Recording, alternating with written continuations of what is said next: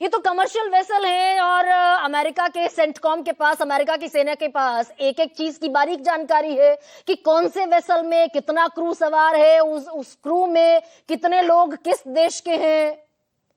ये तो बाकायदा जानकारी है अमेरिका के पास सर। और ये कमर्शियल वेसल्स हैं, इनको आप अटैक करके मार कैसे सकते हैं? अगर क्रू वो निर्देश नहीं भी सुन रहा है तो उनको अरेस्ट किया जा सकता है, कस्टडी में लिया जा सकता है।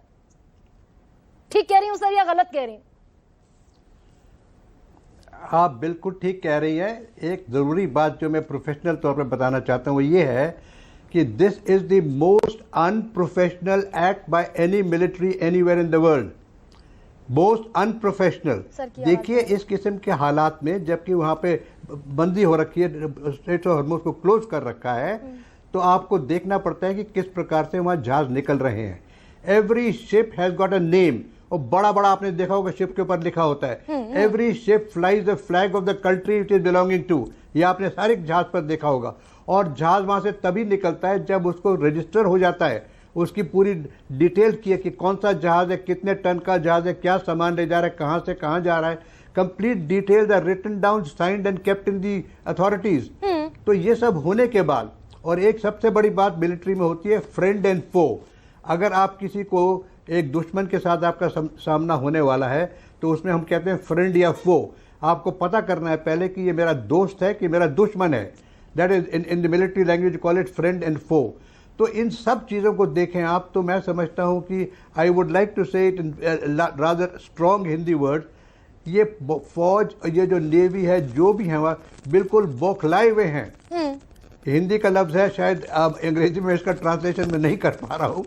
बौखलाए हुए हैं। They really don't know what they are doing. हमें सब, ईरान से हम परमिशन लेके निकल रहे हैं, यूएस को पता है कौन जा रहा है, यूएस को रिकग्नाइज। अगर आपको कोई डाउट है भी तो आप रेडियो कम्युनिकेशन करके पता कीजिए ना कि कौन सा जहाज है, क्या सामान ले जा रहा हो, क्या है बात, परमिशन है कि नहीं है, कितने बजे निकलोगे, कितने बजे clear. All those details can be checked on radio telephone. आजकल कम्युनिकेशन की तो कोई प्रॉब्लम नहीं है सर। इसमें आपने जिस रेडियो कम्युनिकेशन का सर आप जिक्र कर रहे हैं, उसी को लेकर एक बड़ा इंपॉर्टेंट बयान है forward seamen's union of India, exactly seamen's union of India के जनरल सेक्रेटरी ये मनोज यादव कह रहे हैं कि अमेरिका झूठ बोल रहा है, क्रू को कोई रेडियो मैसेज नहीं मिला। यानी दरअसल जो आप शब्द इस्तेमाल कर रहे हैं कि बौखलाए हुए हैं और कुछ भी करने पर आमादा है,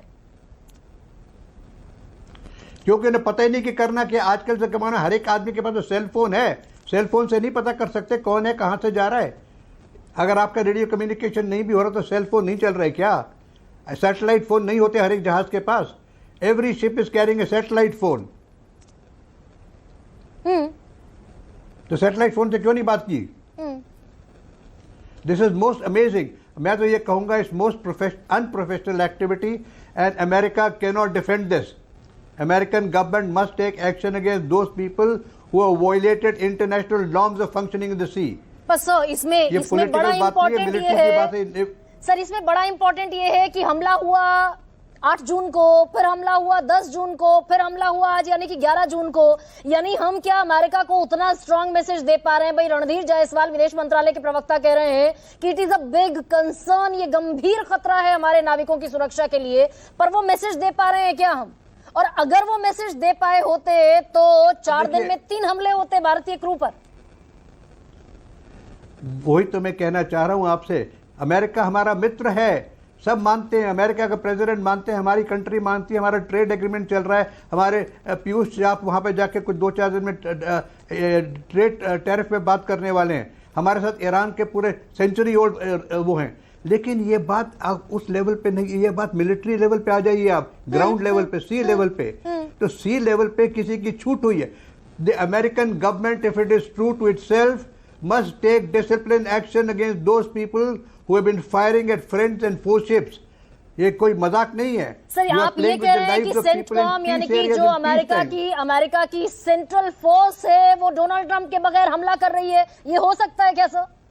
उनकी इजाजत के बगैर ये हमले हो रहे हो सेंटकॉम की तरफ से? हो ना हो, अगर ये हमला उनकी अप्रूवल से हो रहे हैं तो और गंभीर समस्या है। हाँ। लेकिन अगर ये उन लोकल उन्होंने वहां पे ब्लॉकेड लगा रखा है, लोकल लोग उस पर रिएक्शन कर रहे हैं, then discipline action needs to be taken against these people.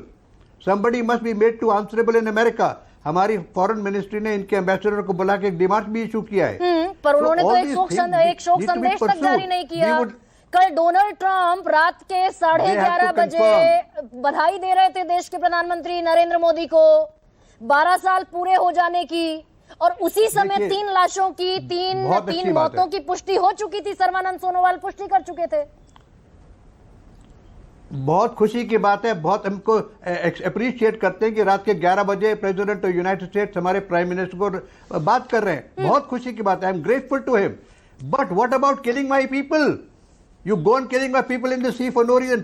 20 साल के बच्चे को मार दिया आपने, क्या फायदा हुआ उसको मारने से? What are you trying to prove to the world? Are you trying to prove anything to India?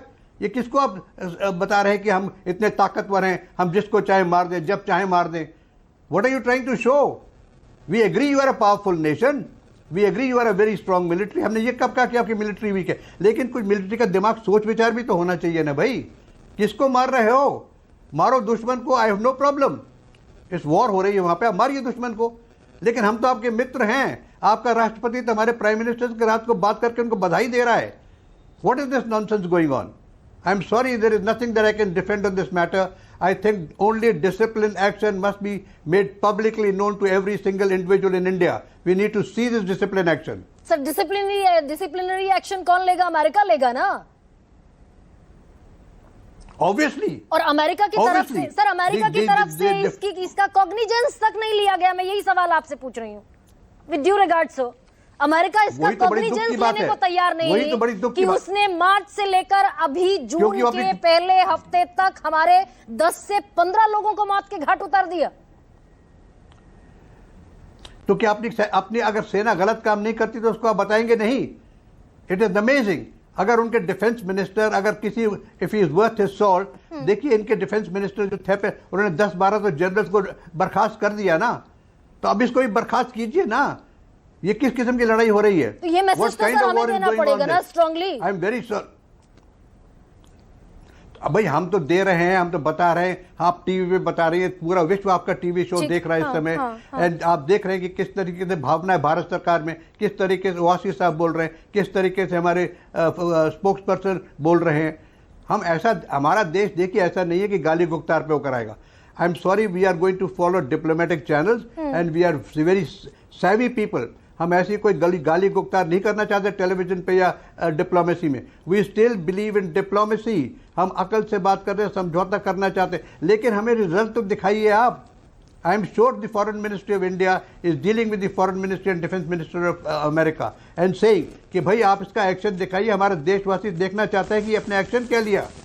सारा देश कह रहा है कि ये नॉन प्रोफेशनल एक्शन है आपका।